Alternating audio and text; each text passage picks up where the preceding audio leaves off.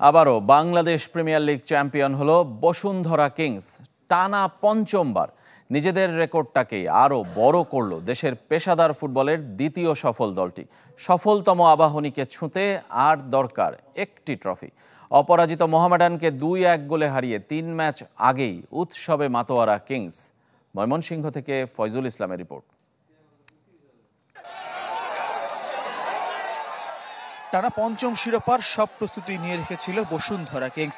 Match শেষে বদলে গেছে জার্সির রং, পাঁচের থিমে ছড়িয়ে দিয়েছে ঢাকার ফুটবলে আধিপত্যের বার্তা। মোহামেডানকে হারিয়ে প্রতিশোধের সঙ্গে 3 ম্যাচ আগে শিরোপা নিশ্চিতের আকাঙ্ক্ষা পূর্ণতা পেয়েছে ময়মনসিংহে। বাংলাদেশ প্রিমিয়ার লিগে টানা শিরোপা জয়ের রেকর্ডটা বড় করে চলেছে কিংস। তবে ম্যাচটা একপেশে হয়নি।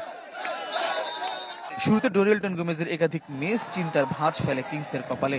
18 মিনিটে ঠিকই জাল খুঁজে নিয়েছেন বসুন্ধরার ব্রাজিলিয়ান তারকা।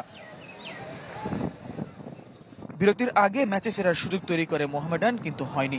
39 মিনিটে ডি বক্সের বাইরে থেকে নিয়ে মুজাফফরাবের শট রুখেছেন মেহেদী হাসান শ্রাবণ।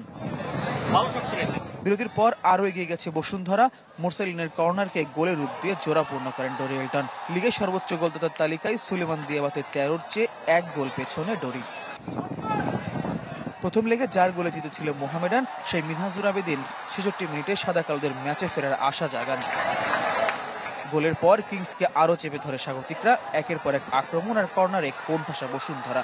সমতায় ফেরার একের পর এক সুযোগ হাতছাড়া করায় শেষ হয়েছে লিগে টিকে থাকার শেষ আশাটুকুও।